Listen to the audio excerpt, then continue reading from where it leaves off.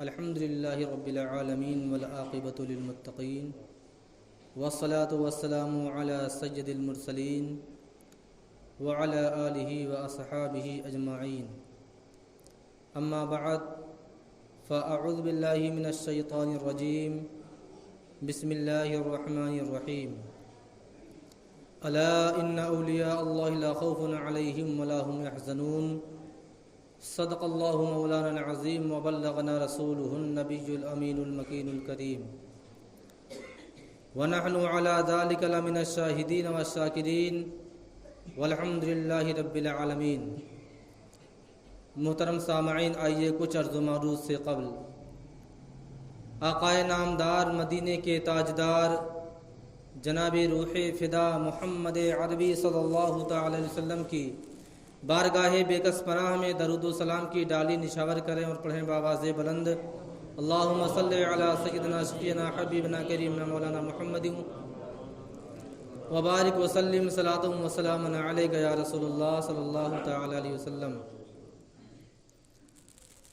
محترم سامعین،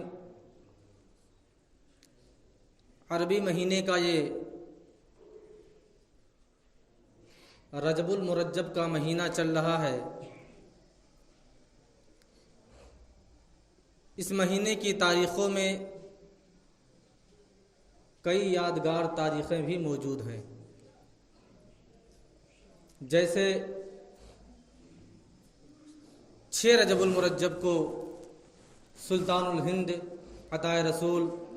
حضور خواجہ معین الدین چشتی اجمیری سنجری رضی اللہ تعالیٰ عنہ کا عرس پاک منایا جاتا ہے۔ اسی طرح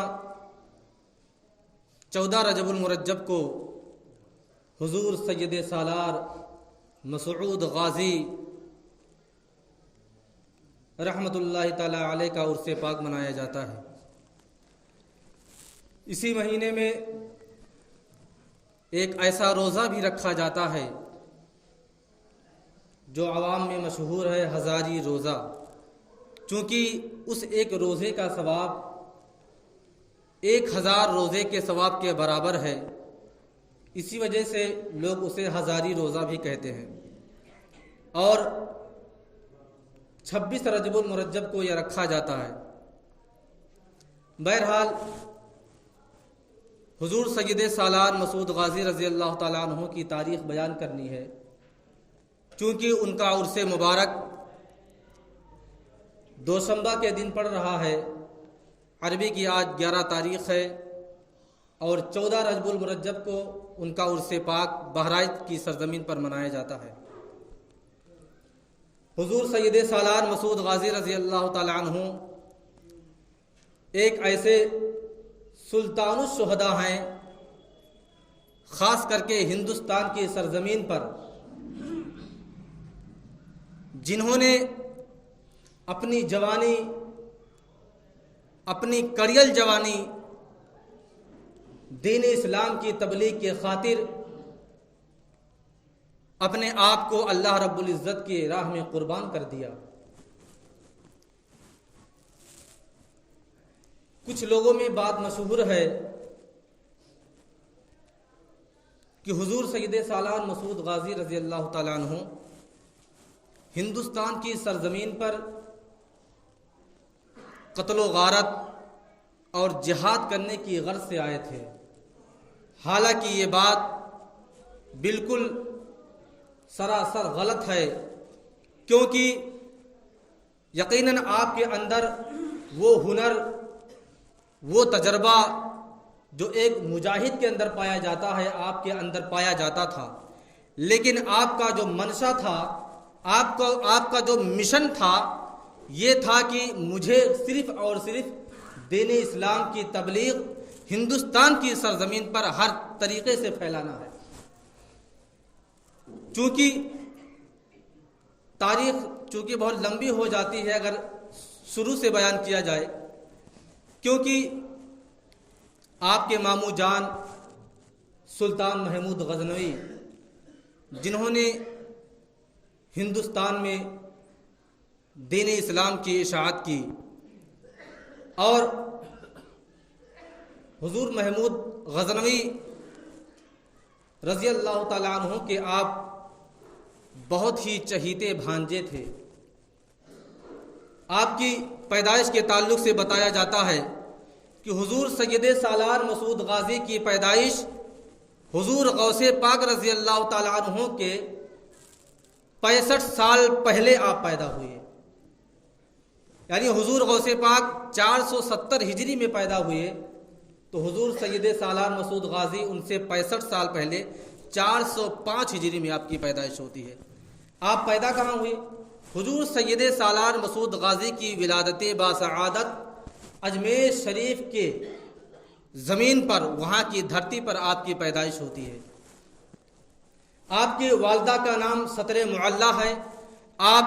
سلطان سبکتگین کی صاحبزادی تھیں، یعنی حضور سید سالار مسعود غازی کے نانا حضور سلطان سبکتگین رحمۃ اللہ تعالی علیہ ہیں، اور آپ کے والد ماجد کا نام حضور سید سالار ساہو ہے۔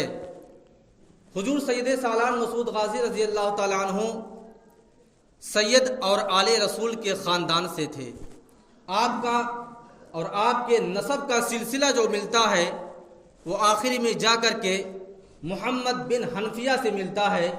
جو حضرت علی رضی اللہ تعالیٰ عنہ کی اولاد میں سے ہیں۔ یعنی حضور سید سالار مسعود غازی کا وہ مقام، وہ مرتبہ ہے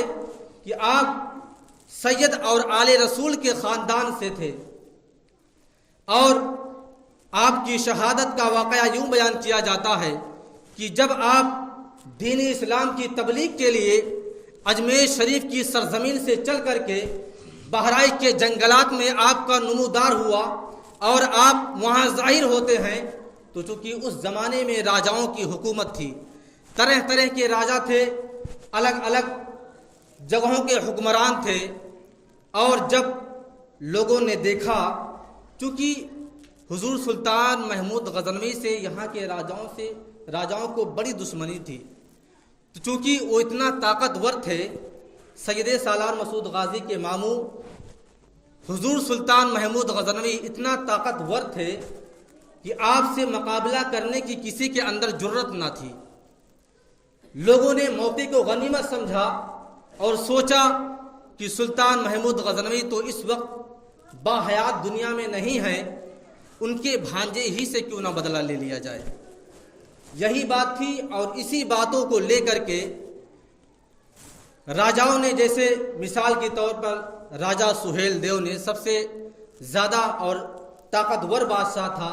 سب سے طاقتور راجا تھا، اس نے حملے کی تیاری کی اور اسی نے آپ کو شہید کرنے کی پوری پروپیگنڈا تیار کیا۔ حضور سید سالار مسعود غازی تو صرف دین اسلام کی تبلیغ کے لیے آئے تھے، آپ کا یہاں کی سرزمین پر تلوار چلانا یا لشکر لے کر کے تمام راجاؤں سے مقابلہ کرنا، یہ آپ کا کوئی مشن نہ تھا۔ حضور سید سالار مسعود غازی رضی اللہ تعالیٰ عنہ کو جب اچانک پتہ چلتا ہے کہ آپ سے مقابلہ کرنے کے لیے راجا سہیل دیو آپ کو للکار رہا ہے، تو آپ کے پاس جو آپ کے مریدین تھے، جو آپ کے مختصر مجاہدین تھے، انہی کو لے کر کے آپ بہرائچ شریف کی سرزمین پر آراستہ ہو گئے۔ لیکن چونکہ سہیل دیو راجا کی زمین تھی اور بخوبی ہر زمین سے وہ واقف تھا، اور حضور سید سالار مسعود غازی یہاں کے لیے ایک مہمان اور اجنبی شخص تھے، اس نے ایک ہموار زمین کا انتخاب کیا اور اسی پر حضور سید سالار مسعود غازی کو جنگ کے لیے للکارا۔ حضور سید سالار مسعود غازی کو شہید کرنے کا سب سے نرالا اور انوکھا اس نے انداز یہ تیار کیا کہ جہاں پر جنگ لڑی جانے والی تھی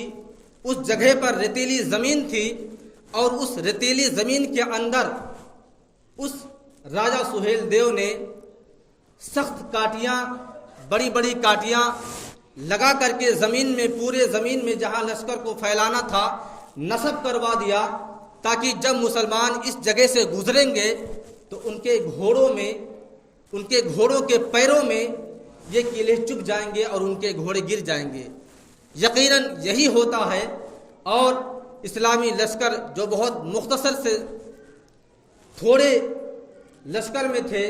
تھوڑی تعداد میں تھے، جب ان کا گزر اس جگہ سے ہوتا ہے تو اکثر مجاہدین کے گھوڑے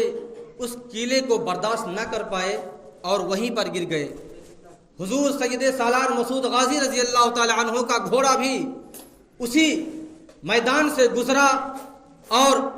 آپ کے گھوڑے کو بھی کیلے چبھ گئے، اور آپ جب گرنے لگے تو سوچئے گھوڑے کو بھی اللہ تبارک و تعالیٰ نے ایسی ذہانت اور فطانت عطا فرمائی تھی کہ گھوڑے نے جب سوچا کہ میرا شہسوار اب زمین پر گرنے والا ہے تو فوراً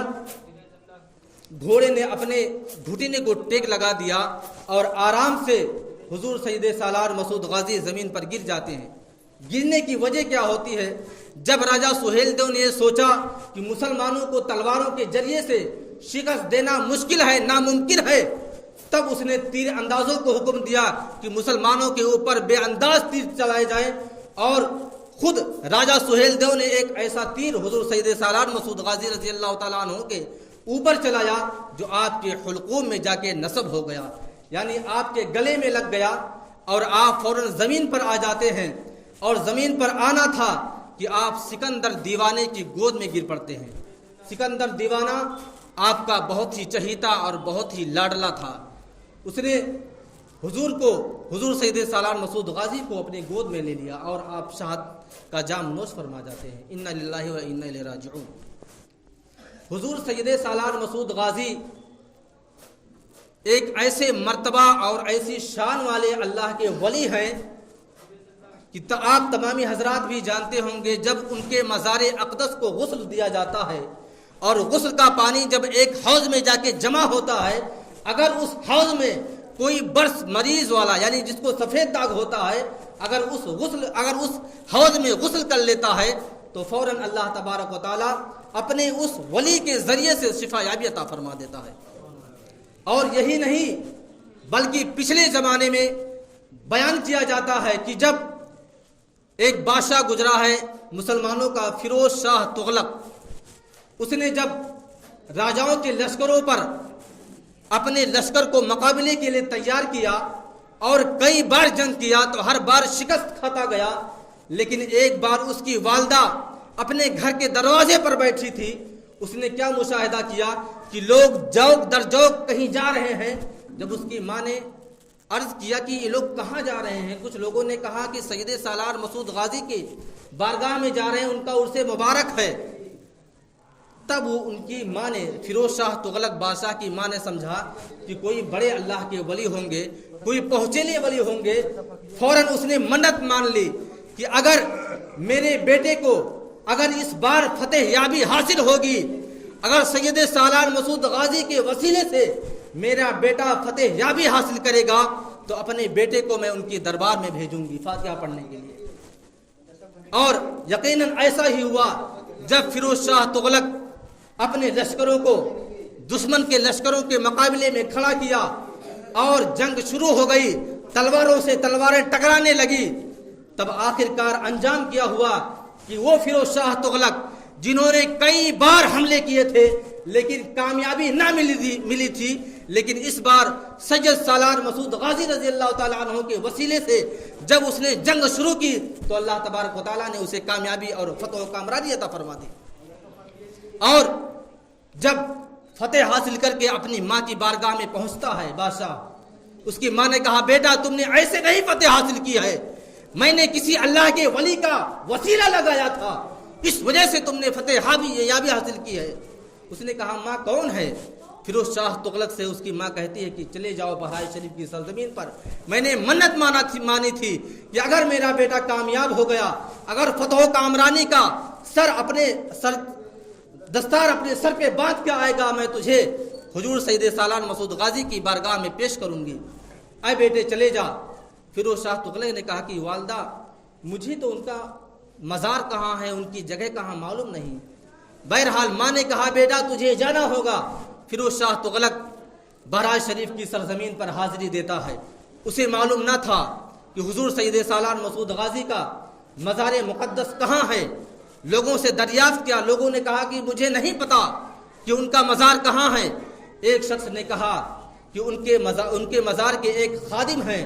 جن کا نام سید افضل الدین ابو جعفر امین ماں ہے, ان کی بارگاہ میں چلے جاؤ, وہ بتائیں گے. فوراً ان کی بارگاہ میں حاضری دیتے ہیں. فیروز شاہ تغلق نے کہا کہ مجھے سید سالار مسعود غازی کے دربار میں حاضری دینی ہے. سید افضل الدین ابو جعفر امیر ماہ نے کہا ٹھیک ہے میرے ساتھ چلیے. فوراً ان کے ساتھ چل دیتے ہیں. لیکن جب سید افضل الدین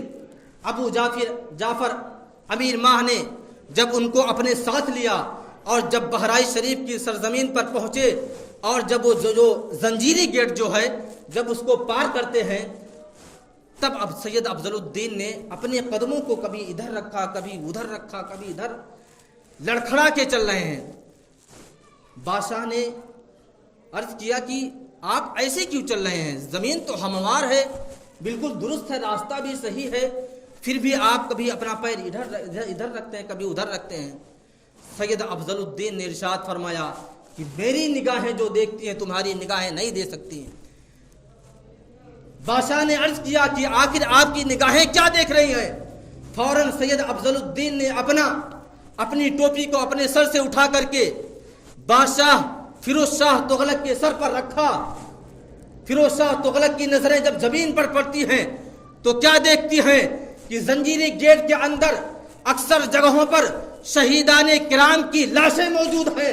اور جو سید افضل الدین اپنے قدموں کو ادھر ادھر رکھ رہے تھے اس وجہ سے رکھ رہے تھے کہ اکثر جگہوں پر شہیدوں کی